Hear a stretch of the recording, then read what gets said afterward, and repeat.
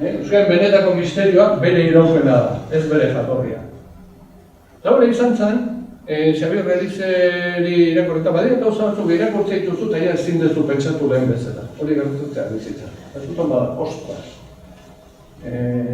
Eta puñeta bada, ja ezin dezu pentsatu lehen bezala. Ez da hori izan zen, Xabier Elizek honak egin zuen liburu mardul potenteak hona, Nafarroako historia soziolinguistikoa. Eta tartian, aipatzen zuen hizkuntzaren mapa, hizkuntzaren galeraren mapa, eta mapa hori ikusitakoan, mundu guztiari galdetzen nuen, ze ikusten da, hizkuntzaren galera, hizkuntzaren atzerakada, hizkuntzaren hori da, eta beak planteatzen zuen asa, kontuz. Horrela, begiratzen baldin badugu mapa hori, bakarrik ikusten duguna da, jasarpena, debekuak eta jasan duguna. Baina hortik, ez daukagu helduleku handirik etorkizunera begira.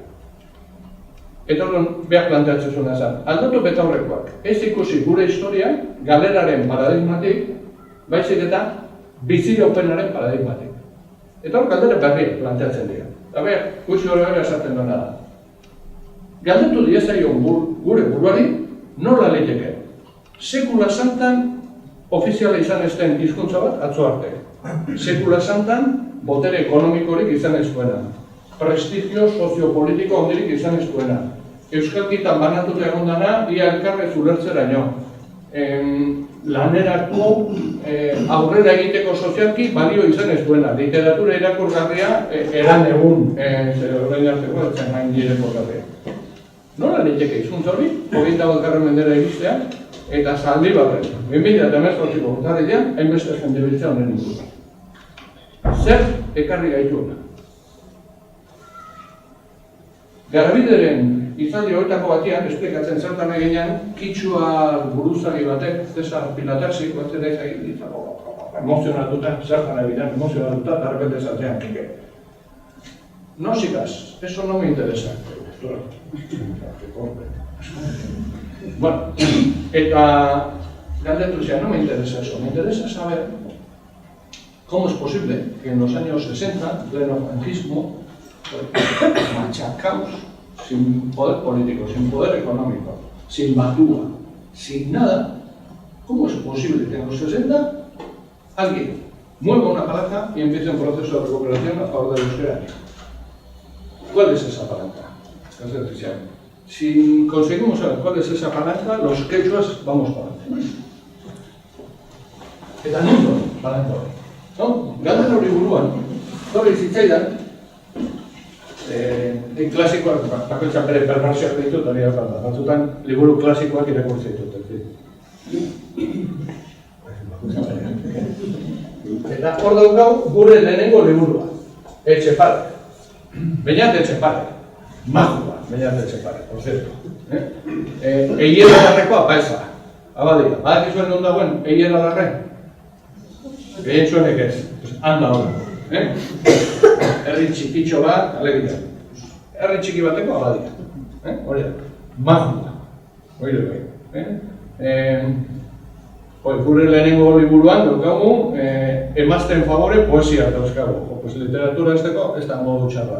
Behazan praktikante, ez bakarrik agrifioarena. Beste gauza batzuk ere badirudi praktikatzen zitula eta guztoko zitula.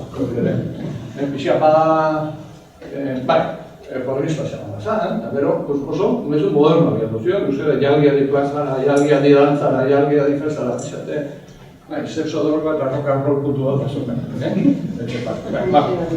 Gero etorri zan axudar, pekatua, fuera da naz, eta hortxe, oso ondo idaztezu, baina San Ferminetan, Etxepare. Etxepare, 1545, gure historian, data, esanguratzu xamara.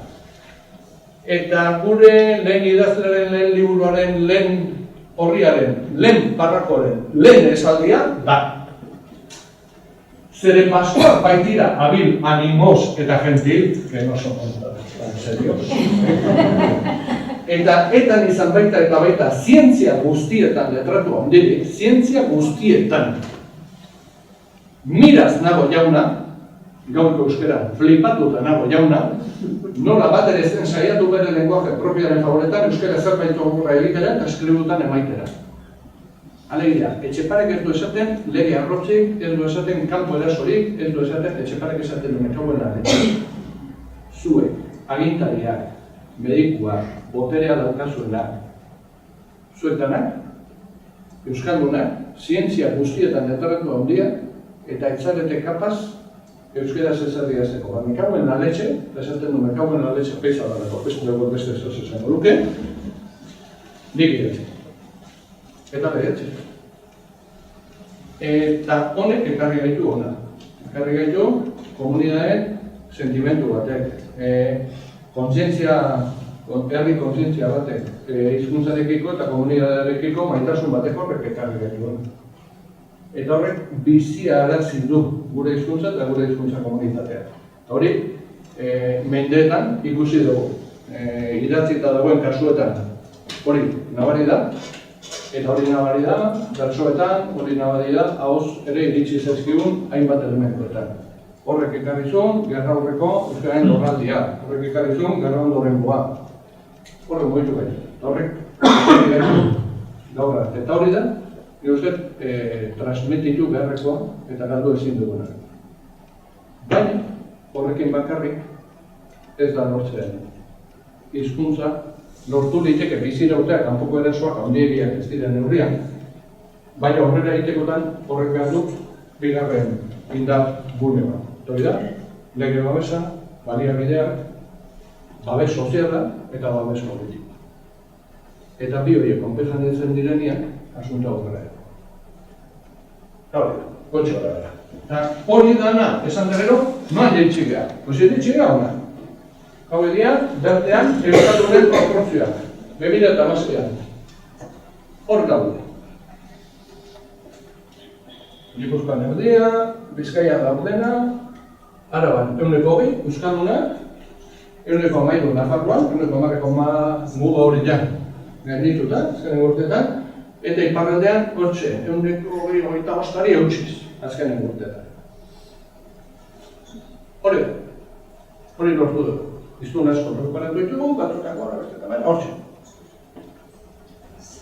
Baina, mapa hau, beste erautan ere ikusi diteke. Eta da, Aztikarrek egindako mapa, horre argiak ere argietaratu zuen, batzuk ikusiko zenuten, eta mapa honegia beste ikuspegi bat ematen dugu. Eta zona naranjak dira.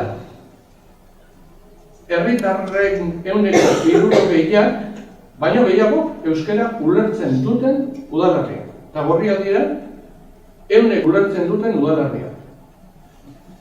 Poblazio guztia hartuta. Eta ikusten bali badegu, untxo, hemen daukagu ja, franka, luze bat, eta sendo bat, nun, kalian, 160 baino gehiago ulertuko dugu. Ez dut esaten bankuko mailegu bat, baina jartera zer ez norbean. Hau, adin gazteetara pasatzen bali badegu, kolorean, oraindik ere, praktikamente hartzen dituzte 3 probintziak, Ia Osori eta Nafarroko berde hauek ere, ja, batzuk hasten dira laranja bihurtzen edo gorri bihurtzen. Eta honek ateak berriak zabaltzen dizkigu. Horregatik izan dugu, bide burutzean gaudela, baita Zaldibarren ere. Edo nila galdu izan, baina, bueno. Esaten dugunean bide burutzean gaudela, aipatu izan ditugu, bi hitzetan, faktore batzuk nazioartekoak dira. Hor daude globalizazioa, inglesak gero eta gureagoa. Osea, etxe guztietan dago inglesa. Urrengo belaunaldia, ja ez da, ez ele bakarra eta ez ele bilduna izango. Gutxienez, 3 eleduna edo elean izango. Horrek egate dira. Hor dauzkagu, krisi ekonomikoak ekarri dituen ondorio linguistikoak zekarri ditu. Jende bat joan da, beste jende bat etorri da, eta jende bat joanean, noaz bat lanean. Alemanira, hoi alemana da. Noaz bat lanean, Katalunia, osorik Katalunia ere bada. Zein dator, honea datorrena eta lanean aurrera eginean duena pixat, euskarare ikasi behar du, zenbait kasutan baina. Distantziak murriztu entzezkio. Gaur egun, Egaldin merkeak dira historia dela, turismoaren inguruko eztabaida ere hor daukagu, zenean denok gara turistak, denok mugitzen gara, eta denak datoz. Gure ikasle gazteak, denok galdetzen zizuten, non ikasi behar zut, esan, asko jota Gasteiz Iruña. Guen galdetzen zut, eta gero noa zoaz, eta Montevideo, Estocolmo, hizkuntzak dira. Eta hizkuntzekiko pertzepzio berria, dira gainera. Zer esanik ez, hau. Denok hola idazten zuten etxekitaren, horren denok idazten dugu. Eta horien dira hizkuntza. Bada soziolingüista galez bat, David Frisat, esaten du internet, batez ere iraultza linguistikoa da. Diferente komunikatzeria. 5.000 biztanletik gorako munduko herririk euskaldunenian, alegia zein da, 5.000-tik gorako munduko herririk euskaldunena pista bat Euskal Herrian da.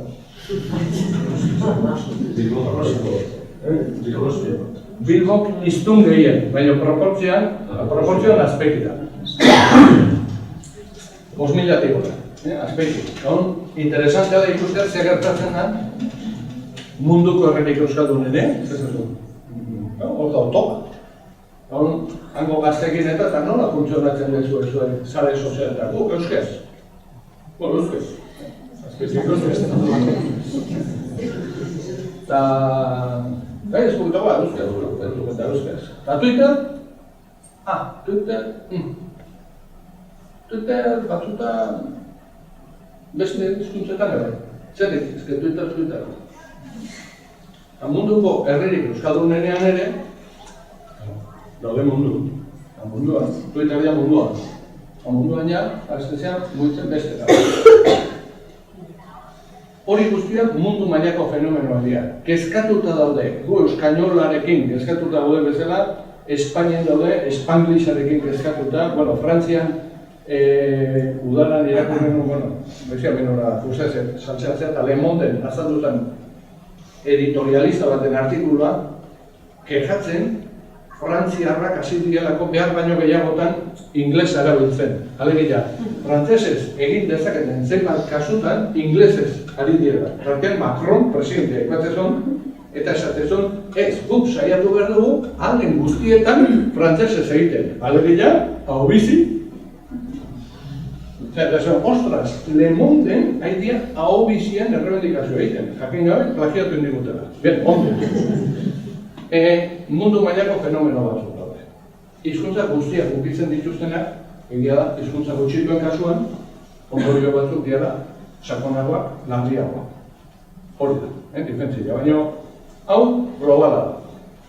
Gehi, fase aldaketa honetarako, badia, Euskal Herrian bereziki beste faktore batzuk, batez ere soziopolitikoak.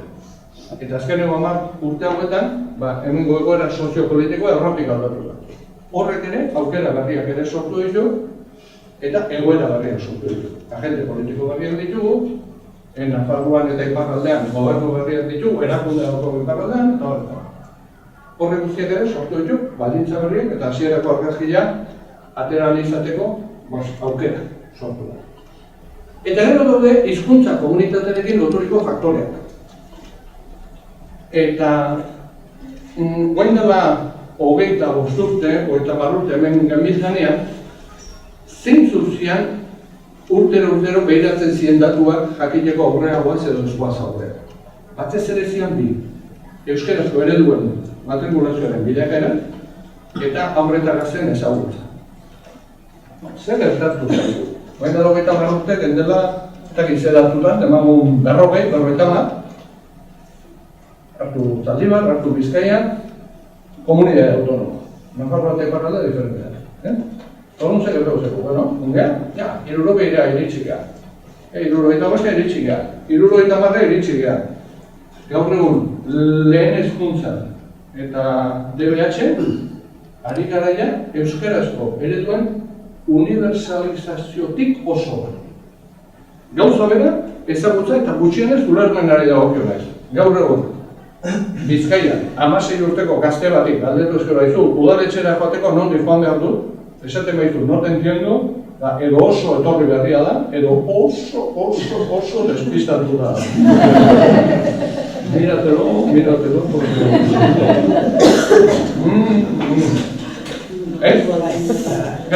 Baina hori, baina dago baita marute, ohikoa zen. Ohikoa zen. Etzen arrarua, no te entiendo. Adin horietan, Horiek ja, illa deserretzen nahi dira. Eta gaude ja, hemen. Ez dut esango, oraindik badago. Nun hobetua, badago zerra aurreratu, baina gaude ja oso gertu. Hemen, ezin bat dugu aurreratu, nondik aurreratu dugu. Erabileratik.